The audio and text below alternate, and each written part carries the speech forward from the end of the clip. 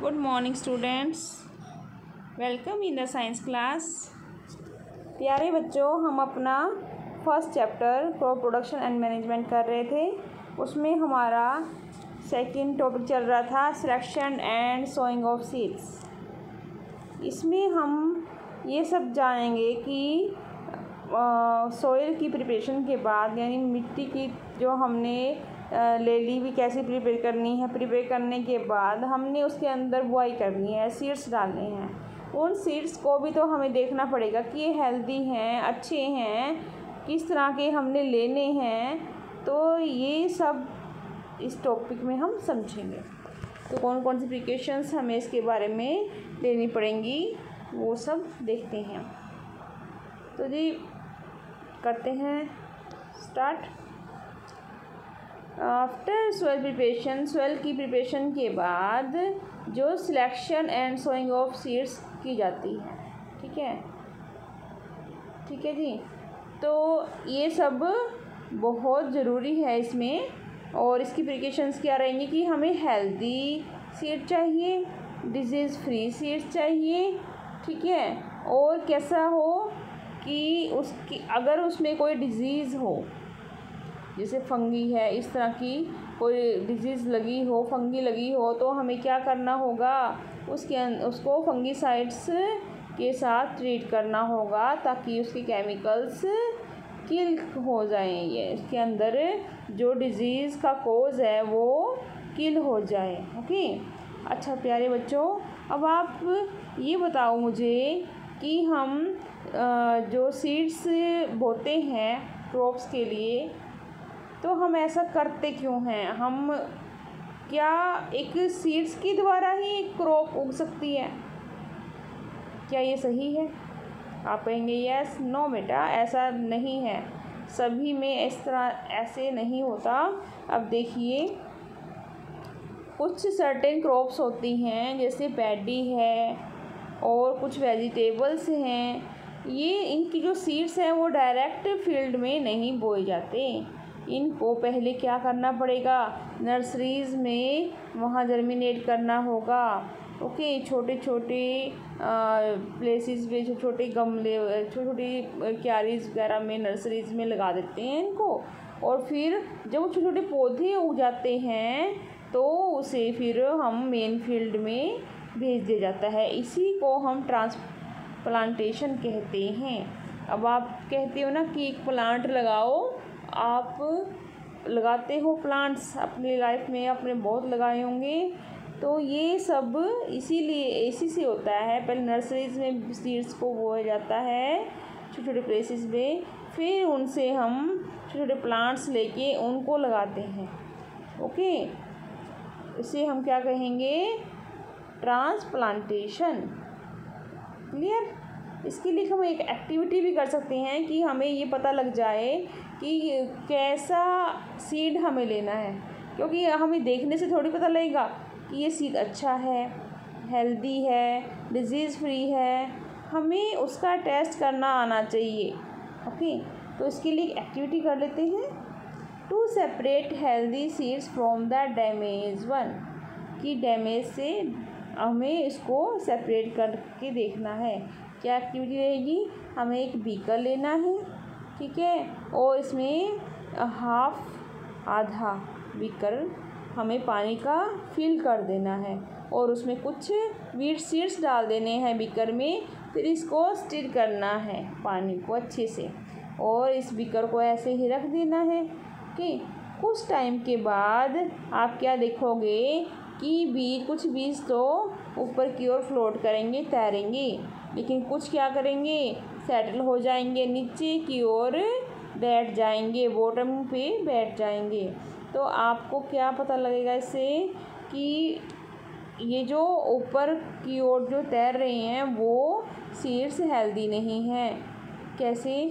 क्योंकि जो damage seeds होती हैं वो होलो होते हैं, अंदर से खोखले होते हैं, वो हल्के भी होते हैं और वे पानी पर तैरते हैं। लेकिन जो हेल्दी सीड्स होते हैं वे हैवी होते हैं, वे क्या करते हैं, they sink at the bottom. Okay, वो बॉटम पर ही बैठ जाएंगे। इसीलिए जो फ्लोटिंग सीड्स हैं वे डैमेज सीड्स होते हैं और वे अच्छे नहीं होते सोइंग के लिए, बुआई के लिए।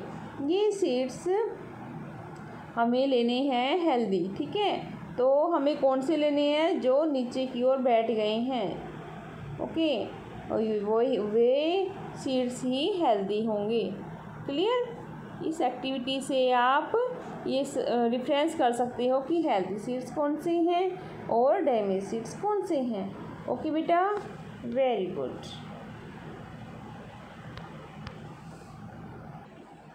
अब इसके बाद हमने क्या करना है? सीड तो सिलेक्ट कर लिया आपने, ठीक है। अब हमने ये ध्यान रखना है कि हमने अपनी बुआई कैसे करनी है, सोइंग कैसे करनी है। चलो इसके बारे में देख लेते हैं। Sowing is the process of placing seeds in the soil. Sowing क्या है? वे प्रोसेस है जिसमें हम सीड्स को डालते हैं सोइल में, मिट्टी में, ओके। सोइल को हम राइट डेप्थ पे डालना है, राइट इंटरवल पे डालना है, ठीक है।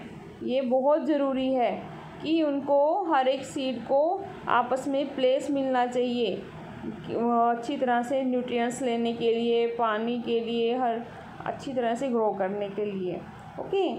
तो सीड्स के क्या होते हैं? 2 मेथड्स होते हैं इसके लिए, ब्रॉडकास्टिंग और बाय सीड ड्रिल, ठीक है जी। ये इसलिए ज़रूरी है, जैसे आप अगर बैठे हो क्लास में, आपके पास स्पेस कम हो तो आप परेशान हो जाओगे। इसी तरह से प्रॉपर स्पेस होना बहुत ज़रूरी है इनके लिए भी, तभी ये ग्रो कर पाएंगे और हमारी अच्छी क्रॉप तैयार हो पाएगी। तो प्यारे बच्चों, अब हम करते हैं ब्रॉडकास्टिंग की बात कर रहे थे।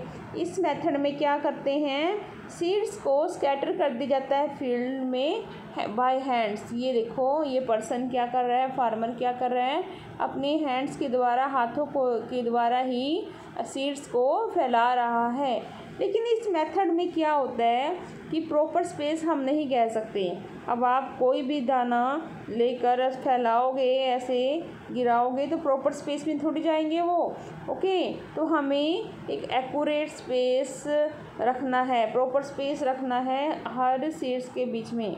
तो ये इनएफिशिएंट है, ये हमारा पूरी तरह फ़ायदेमंद नहीं है, अच्छा मेथड नहीं है, ओके। तो इसमें हमारा राइट डेप्थ नहीं मिलती सीड्स को। तो हम नेक्स्ट में जाते हैं by seed drill. Seed drill क्या होता है? अब वो आपने पढ़ लिया बाय हैंड वाला, वो सही नहीं था। अब हम सेकंड देखते हैं। ये इसमें ये क्या होता है? एक मॉडर्न इम्प्लीमेंट होता है, मॉडर्न जो अब बने हुए औजार हैं, ओके। तो ये होता है सोइंग के लिए यूज़ होता है। इसमें हम ट्रैक्टर की हेल्प लेते हैं, ओके। इसमें क्या होता है? एक सीड बॉल होता है और जो कि बहुत सारे पाइप से कनेक्ट होता है, और ये सीड ड्रिल अटैच होता है प्लो के द्वारा, ठीक है जी। प्लो क्या करता है? सॉइल को कट कर देता है और सीड्स क्या होते हैं? सीड बॉल में से रिलीज़ होते रहते हैं पाइप्स के थ्रू, और वो सॉइल में गिरते रहते हैं, ओके।